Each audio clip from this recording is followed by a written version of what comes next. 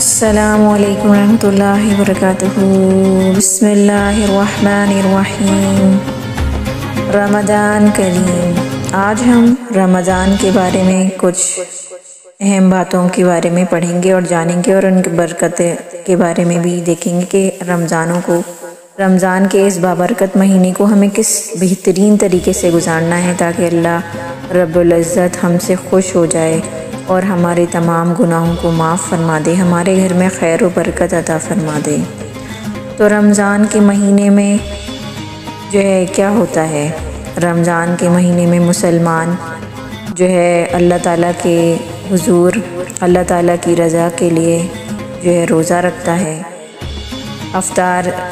اس کی مرضی سے کرتا ہے، سحری کے اوقات سے لے کے افطار کے وقت تک اپنے آپ کو ہر برائی سے، ہر اس کام سے جو اللہ نے منع کیا ہے، ہر کھانے پینے کی ہر اس چیز سے اپنے آپ کو دور رکھتا ہے، اور اللہ کی خوشنودی حاصل کرنے کے لیے اپنے آپ کو ہر اس چیز سے روکے رکھتا ہے، اور صبر کا جو سبق ہے اس کو سیکھتا ہے۔ اور جو لوگ مفلس ہیں، جو لوگ غریب نادار ہیں، جن کے پاس اتنا مال نہیں، اس کے احساس کو بھی وہ محسوس کرتا ہے۔ رمضان نیکیوں اور برکتوں کا مہینہ، جنت کمانے کا مہینہ ہے۔ اس مہینے کے اندر جتنے بھی مسلمان ہیں ان کو کیا چاہیے، کیا کرنا چاہیے؟ کثرت سے استغفار کرنا چاہیے اور توبہ کرنی چاہیے، اپنے عزیز و اقارب، اپنے ماں باپ، اپنے بہن بھائیوں، اپنے دوستوں احباب سے جن کے ساتھ ان کا اٹھنا بیٹھنا ہے، ان سے معافی تلافی کر لینی چاہیے۔ اس مہینے میں آپ بھرپور وقت اپنا اللہ کی عبادت میں مشغول ہو کر، اور سونے، اگر آپ دوپہر کے ظہر کے بعد نماز کے بعد اگر آپ قیلولہ فرماتے ہیں تو وہ بھی نیکیوں میں ہی شمار ہوتا ہے، اور وہ جو آپ قیلولہ کر رہے ہوتے ہیں وہ بھی آپ کی نیکیوں میں ہی شمار ہوتی ہیں۔ شرک کو سمجھیں، اور جو ہے امپورٹنٹ بات کیا ہے کہ آپ کو یہ بات پتہ ہونی چاہیے، ہمیں اللہ تعالیٰ کے ساتھ کسی کو بھی شریک نہیں کرنا۔ کوئی بھی دنیا میں ایسا انسان نہیں ہے جو کہ آپ کی خواہشات، آپ کی ضروریات اور آپ کی جو جائز ضروریات ہیں، آپ کی دعائیں، ان کو قبول نہیں کر سکتا، نہ ہی وہ آپ کو کچھ دلا سکتا ہے۔ صرف اور صرف آپ کا رب، جو آپ کا رب ہے، جو کہ اللہ تعالیٰ ہے، وہی آپ کو دلا سکتا ہے۔ اس مہینے میں آپ کثرت سے اللہ کے جو نام ہیں ان کو پڑھیں، حضور صلی اللہ علیہ وسلم کے جو نام ہیں ان کو پڑھیں، اور اپنے لیے دعائیں مانگیں، کیونکہ اللہ تعالیٰ کو اپنے اسماء حسنی کے ساتھ دعائیں کرنے کو فوراً سے ہی اللہ تعالیٰ قبولیت کے درجے تک پہنچا دیتا ہے۔ شرک سے آپ دور رہیں، شرک کو سمجھیں، اور اس رمضان اللہ سے جانے انجانے شرک سے توبہ کریں، کیونکہ بہت سارے ایسے الفاظ ہیں، جملے ہیں، محاورات ہیں جو کہ ہمیں جو ہے اس کا احساس نہیں ہوتا، اور ہم وہ اس کے اپنے زبانوں سے ان الفاظ کو ادا کرتے رہتے ہیں، اور وہ شرک کے زمرے میں آتے ہیں۔ شرک ایک ایسی چوٹی ہے جو کہ کالے پتھر کے اوپر ہوتی ہے اور وہ نظر نہیں آتی، اور ہم ساری زندگی اس طرح کی چوٹی بنے رہتے ہیں، اس کالے پتھر کے اوپر چپٹے رہتے ہیں، اور ہمیں اس کا مرتے دم تک اندازہ نہیں ہوتا۔ اگر ہمارے ماں باپ، ہماری دادی دادا اس دنیا سے چلے گئے ہیں جن لوگوں کے، اور انہوں نے اس چیز کے اوپر دھیان نہیں دیا، لیکن آپ ان کی طرف سے اب مغفرت نہیں کروا سکتے ان کی، لیکن آپ خود اپنے اس عمل سے اپنے آپ کو دور رکھیں، ہر قسم کے شرکیہ کلمات سے، ہر شرکیہ چیزوں سے، بدعات سے اپنے آپ کو دور رکھ کر اپنے اس مہینے میں نیکیاں اور اللہ کا قرب حاصل کریں، کیونکہ شرک کرنے والا کبھی بھی جنت میں داخل نہیں ہوگا، اور سب سے زیادہ جہنم کے نچلے درجے میں اس کو جگہ اللہ تعالیٰ عطا کرے گا۔ اب ہم چلتے ہیں کہ سحری کے اوقات کے بارے میں، اور سحری کے وقت ہمیں کیا کرنا چاہیے۔ سحری اور نماز فجر کے آخری لمحات میں کرنے کی کوشش کریں تاکہ آپ اس کا بھرپور اجر حاصل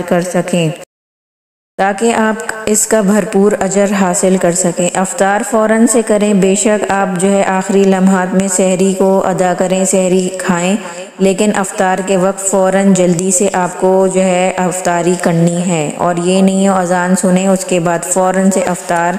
کو جو ہے نوش فرما لیں۔ سحری کے وقت کثرت سے استغفار کریں اور دعائیں کریں، اللہ اپنے بندوں کی دعائیں قبول کرتا ہے۔ لا الہ الا اللہ بہترین ذکر ہے، الحمدللہ بہترین دعا ہے۔ سحری کے وقت استغفار پڑھیں،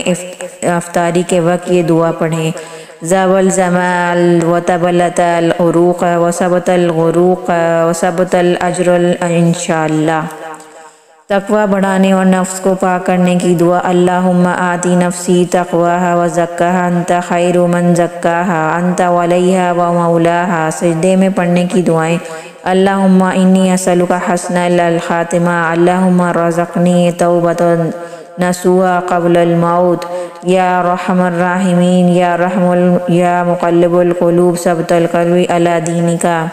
تو آپ یہ اعمال کریں اور جو ہے کثرت سے اس مہینے میں اللہ کے حضور، اللہ کی رضا کے لیے غریب اور نادار لوگوں میں افطاریاں کرائیں یا ان کی جو ہے مدد کریں، اور اس کو جو ہے اپنے غریبوں اور رشتہ داروں کو بھی اپنے اس مہینے میں بالکل بھی نہ بھولیں۔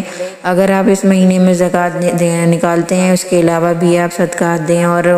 اللہ تعالیٰ کی خوشنودی حاصل کرنے کے لیے اس کا اجر اور قرب حاصل کرنے کی اچھے اچھے عمل کریں، اور کچھ ایسے عمل کریں جس سے جو ہے عام جانوروں کے لیے بھی فائدہ ہو۔ اگر آپ کے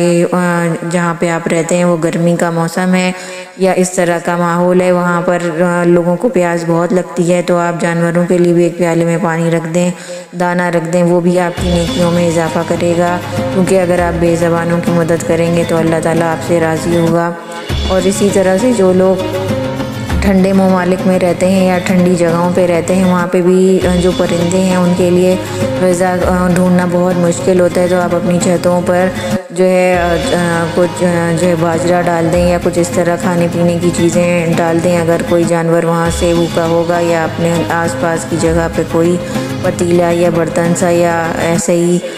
کوئی ایک جگہ بنا دیں، وہاں پر کوئی چیز کھانے پینے کے ڈال دیں، تاکہ جو جانور ہیں گزرنے والے وہ اس کو کھا کر اپنے پیٹ کو بھر سکیں۔ تو یہ بھی ایک آپ کی بہترین نیکیوں میں سے ایک شامل ہوگی۔ اور اپنے بچوں کو اچھی باتیں بتائیں، روزانہ ایک جو ہے حدیث کو اپنے بچوں تک پہنچائیں، اور اسی طرح سے اپنی زندگی میں اللہ اور رسول کی سنت اور اس کے جو احکامات ہیں اس کو اپنی زندگی میں روزانہ شامل کریں، اور اپنے بچوں کو اسلام کے بارے میں جتنی بھی آپ کے پاس معلومات ہے ان تک پہنچائیں، اور اس طرح سے آپ اپنا رمضان المبارک کا ہر ایک دن کو بہترین اور اللہ کی خوشنودی حاصل کرنے کے لیے بہترین طریقے سے گزار سکتے ہیں۔ اور روزانہ قرآن کا آدھے سے زیادہ آدھا ورق ہو یا ایک لائن ہو، اس طرح سے آپ ضرور اللہ تعالیٰ کے لیے خوشنودی کے لیے ضرور قرآن کو کھولیں اور اس کو پڑھیں، اور اپنے بچوں کو بھی اس کی تلقین کریں۔